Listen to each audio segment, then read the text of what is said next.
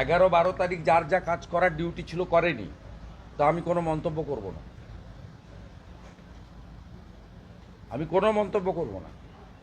11 এবং 12 তারিখে যাদের যে ডিউটি ছিল করার তারা করেননি। কে করেছে, কেন করেছে, কিভাবে করেছে মানুষ জানে। গ্রেটফুল টু ক্যালকাটা হাইকোর্ট, ছুটির দিন খুলে তারা যা করার করেছে। আর ইনিশিয়ালি ওখানে যে 11 তারিখে বিএসএফের 300 জওয়ান তারা অন হিউম্যানিটেরিয়ান গ্রাউন্ড এবং ডিএম বাধ্য হয়েছেন যখন পুলিশ ফেল করেছে। All credit goes to 11th BSF আর 12 তারিখ ক্যালকাটা হাইকোর্ট।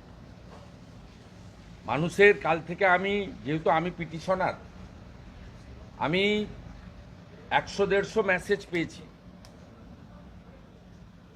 নর্মাল মেসেজে, যেহেতু ইন্টারনেট বন্ধ আছে, আর আত্মীয়রা পাঠিয়েছে যেখানে নেট আছে।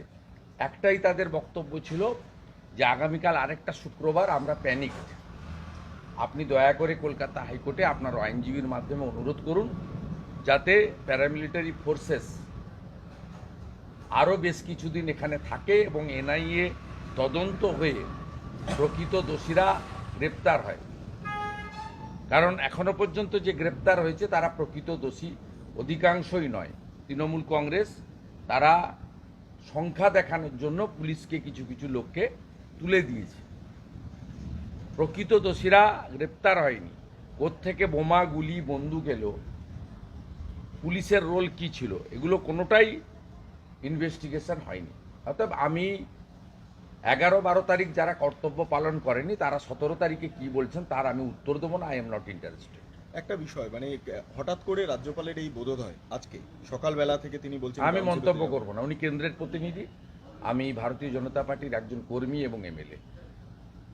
আমার এটা নিয়ে বলা, আমার যে মনের কথা, এটা বাইরে প্রকাশ হলে বিতর্ক হবে, আমি বলবো। কিন্তু আজকে এসএসসি নিয়ে সুপ্রিম কোর্টের যে সিদ্ধান্ত, সুপ্রিম কোর্ট 31শে ডিসেম্বর জটিল হয়ে গেছে। প্রথম কথা হলো, যারা যোগ্য তারা চেয়েছিলেন তাদের চাকরি বাঁচাতে, কিন্তু ফাইনালি তারা 9 মাস বেতন পাবেন, কিন্তু তাদের পরীক্ষায় বসতে হবে। পরীক্ষা করাবে কারা? দুর্নীতিগ্রস্ত এসএসসি।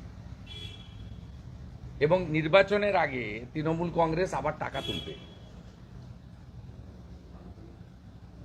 মে মাসের মধ্যে নোটিফিকেশন, অক্টোবর-নভেম্বরের মধ্যে পরীক্ষা হয়তো করাবে, প্যানেল বের করবে, জয়েনিংয়ের ডেট দেবে 1 তারিখ, যেহেতু 31শে ডিসেম্বর পর্যন্ত এরা থাকবে।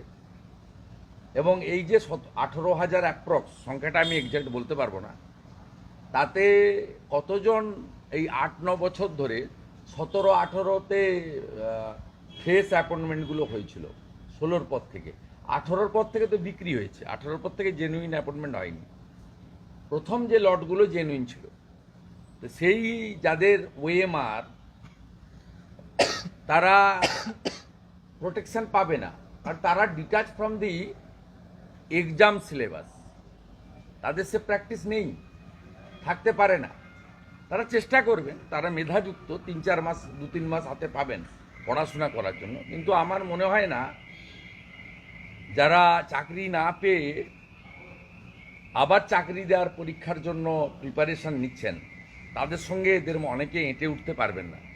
আর তৃণমূল কংগ্রেস আবার টাকা তুলবে, সে সুযোগ উচ্চতর আদালত করে দিলেন। আগে চাকরি বিক্রি করেছে, এবারে প্রশ্ন বিক্রি করবে। আমি দায়িত্ব নিয়ে বলছি, এই পরীক্ষার যেহেতু ওএমআর আর টেম্পার করতে পারবে না, শুধু একাডেমিকটাই থাকবে এবং প্রশ্নটা বিক্রি হবে টাকার বিনিময়ে। ভাইপো দোকান খুলবে, সুজয় কৃষ্ণ ভদ্র, কুন্তল, শান্তনুর মতো আবার এজেন্ট নামবে, পার্থ চ্যাটার্জির মাসদ্রোণীর ঘরের মতো কারো একটা অন্য কারো নামে ঘর খুলবে, প্রশ্ন বিক্রি হবে। এবং মিনিমাম 500-700 কোটি টাকা ফেব্রুয়ারি, মার্চ, এপ্রিলে যে বিধানসভার ভোট, তার আগে তৃণমূল কংগ্রেস তুলবে। এবং যোগ্যদের একটা বড় অংশ বাতিল হবে। মেধাযুক্ত যারা আশা করছেন চাকরি পাবেন, তারাও পাবেন না। তারা তো প্রশ্ন জানতে পারবেন না, তারা প্রশ্ন কিনতেও পারবেন না।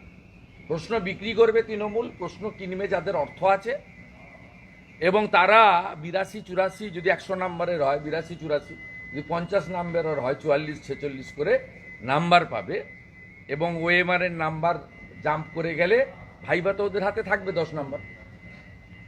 10 নম্বর তো তৃণমূলের হাতে আছেই। 9.5, 9.25 দেবে। আর যাদেরকে বাতিল করতে হবে তাদেরকে 2 দেবে, 1 দেবে, 1.5 দেবে। শুধু একাডেমিকটাই পারবে না টেম্পার করতে। ওএমআর খাতা টেম্পার হবে না, প্রশ্ন বিক্রি হবে এবং তৃণমূল আবার 500 কোটি টাকা তুলবে নির্বাচনে খরচ করবে। দাদা একটা বিষয়, যারা ঘরছাড়া হয়েছেন, যারা আজকে রাজভবনে গিয়েছিলেন, তারা বলছেন আমরা ফিরতে পারবো না, আমাদের ক্যাম্পেই গিয়ে থাকতে হবে, যা পরিস্থিতি বিএসএফ যদি আমি আপনাকে পরিষ্কার কথা বলে দিচ্ছি, বিএসএফ সিআরপিএফ পার্মানেন্ট থাকে না। বিএসএফটা বর্ডার এলাকা, কিন্তু সিআরপিএফ বিএসএফ যেটা general law and order duty করছে, আজকেও এক্সটেন্স করেছে। আমি কোর্টের কাছে কৃতজ্ঞ, তারা আজকেও ইন্টারিম অর্ডারে কয়েকটা পয়েন্ট দিয়েছে এবং আমরা আজকে কেন্দ্রীয় সরকারের রিপোর্টও অত্যন্ত, আমার লয়ার পেয়েছে, আমাকে পাঠিয়েছে। রাজ্যের রিপোর্ট অত্যন্ত উদাসীন ছিল, তারা নাকি প্রচুর কাজকর্ম করছেন দেখিয়েছেন, কিন্তু কেন্দ্র বলেছে, কেন্দ্রীয় ইউনিয়নের যে রিপোর্ট, সেই রিপোর্ট খুব অত্যন্ত প্র্যাকটিক্যাল। আমি ধন্যবাদ জানাবো ইউনিয়নকে এবং সর্বোপরি স্পেশাল বেঞ্চকে, তারা এক্সটেন্ড করে দিয়েছেন 21 তারিখ পর্যন্ত। আপনাকে বলি, পার্মানেন্ট থাকবে না। সলিউশন ওখানে, এটা কমিউনাল রাইট নয়, এটা ধর্মযুদ্ধ। এরা কাশ্মীরের মতো হিন্দুদের সরাতে চায়। সলিউশন আমি দুভাবে বলতে পারি। একটা হচ্ছে এনআইএ-কে দিয়ে ওখানে একদম রুটটাকে নষ্ট করে দেওয়া। ধরুন কালকে আমি টুইট করেছি, ইনজাম আজকে অ্যারেস্ট হয়েছে। এর আগে তো বলছিল বাংলাদেশ, তুরস্ক, কত গল্প। ইনজামকে, ইনজামাম, তিনি হচ্ছেন ধুলিয়ান মিউনিসিপ্যালিটির তৃণমূলের চেয়ারম্যান, বাধ্য হয়েছে অ্যারেস্ট করতে। এক্সপোজ করে দিয়েছি ডকুমেন্টারি এভিডেন্স দিয়ে। স্বাভাবিকভাবে আমার বক্তব্য হচ্ছে, এনআইএ ইনভেস্টিগেশন চার্জশিট দেওয়া পর্যন্ত প্যারামিলিটারি ওখানে রাখা উচিত, 1 নম্বর। সেকেন্ড থিং হচ্ছে, বাংলাদেশ থেকে যে 50 কিলোমিটার বর্ডার এলাকা এবং যেখানে হিন্দু জনসংখ্যা অত্যন্ত কম, 20%-এর নিচে, তাদেরকে কাশ্মীরের পাকিস্তান সীমান্তবর্তী এলাকার মতো বৈধ লাইসেন্সযুক্ত আগ্নেয়াস্ত্র দেওয়া উচিত। আত্মরক্ষার অধিকার প্রত্যেকের আছে। হিন্দুদের কাশ্মীরের তো বর্ডারের বহু গ্রামে এই ব্যবস্থা আছে, স্পেশাল অ্যাক্টের আওতায় আছে তো। কাশ্মীরে যা আছে সেম মডেল যদি মুর্শিদাবাদ এলাকায় আপনারা না করতে পারেন, তাহলে 10-15% হিন্দু যেখানে আছে, হিন্দু থাকবে না। এটা তো বিরাট বললেন আপনি। এটাই বাস্তব, আপনি ওখানে খোঁজ নেবেন, এটাই হচ্ছে বাস্তব।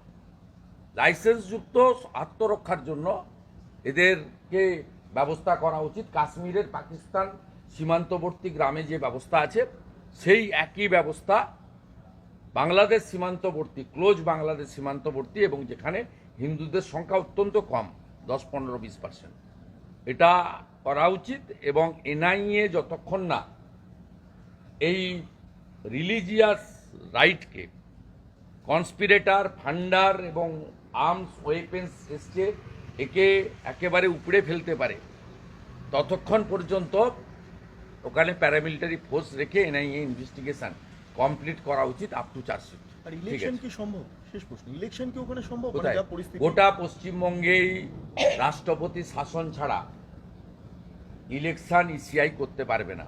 যেখানে 50%-এর নিচে হিন্দু আছে, বহু জায়গায় ভোট দিতে দেয়নি 21 এবং 24-এ, এবারে আরো মাস স্কেলে দেবে না।